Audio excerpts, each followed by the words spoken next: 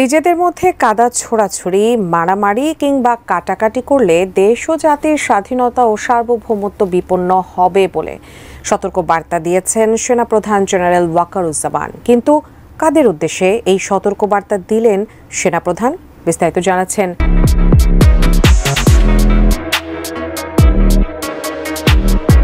অন্যদিকে মারপিটের কিন্তু ঘটনা ঘটছে, আপনারা দেখতে পাচ্ছেন তোপের মুখে পড়ে কিন্তু কমিটি ঘোষণা করছে 3 ঘন্টা। এদিকে বৈষম্য বিরোধী ছাত্র আন্দোলনের নতুন নাম প্রকাশ করতেই না করতেই দেশের বিভিন্ন কলেজের শিক্ষার্থীরা এক হয়। বৈষম্য বিরোধী ছাত্র আন্দোলনের নাম ঘোষণার আগেই বিমত প্রকাশ করে শিক্ষার্থীরা।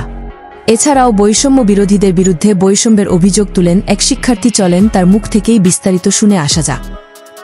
ঢুকছি তারা বুঝছে যে তারা টিকতে পারবে না, তাদের ক্যাম্পাসে তারা টিকতে পারবে না। আমরা সংস্কার চাই, আমরা কোনো স্বৈরাচারকে চাই না। মিঠুর ক্যান্টিনে কেন ঘোষণা করবে? মিঠুর ক্যান্টিন তো আমাদের আন্দোলনের প্ল্যাটফর্ম না। ডাকসু করেন ভাই, ডাকসু করেন।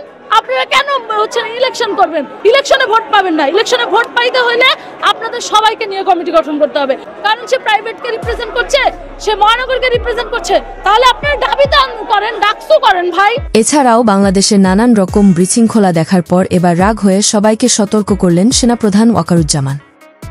আমি আজকে বলে দিলাম, নাইলে আপনারা বলবেন যে আমি আপনাদের সতর্ক করিনি। আমি সতর্ক করে দিচ্ছি আপনাদের। আমার অন্য কোনো আকাঙ্ক্ষা নাই। আমার একটাই আকাঙ্ক্ষা, দেশ এবং জাতিটাকে একটা সুন্দর জায়গায় রেখে ছুটি করা। I had enough. Was last 7-8 months I had enough. আমি চাই দেশ এবং জাতিকে একটা সুন্দর জায়গায় রেখে আমরা সেনানিবাসে ফেরত আসব। এরই মধ্যে সার্জিস ও হাসনাতকে কঠোর হুঁশিয়ারি দিয়েছেন আহত ছাত্র জনতা। বৈষম্য বিরোধী ছাত্ররা নাগরিক কমিটি আমাদের বিভিন্নভাবে হুমকি দেয় যেন আমরা রাজপথে না থাকি। এরা হুমকি দেয়, এই যে প্রুফ আছে। আমার অধিকারের জন্য আমি আন্দোলনে আসছি।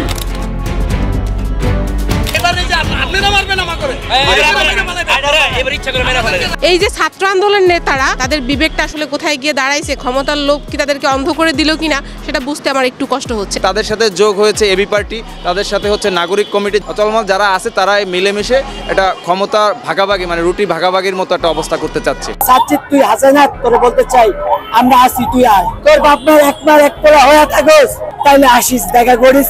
সাজ্জিদে বলছে ওরা একটা রাস্তা বন্ধ করে কি করবে, আমরা আসবো না। ওরা 1-2 ঘন্টা পর এমনি চলে যাইবো। আপনি কি চলে যাইবেন?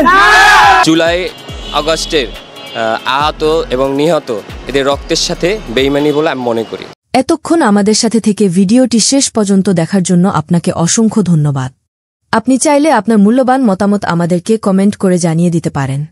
আমরা আপনার সেই মহামূল্যবান কমেন্টের রিপ্লাই দেওয়ার জন্য সর্বদা চেষ্টা করব।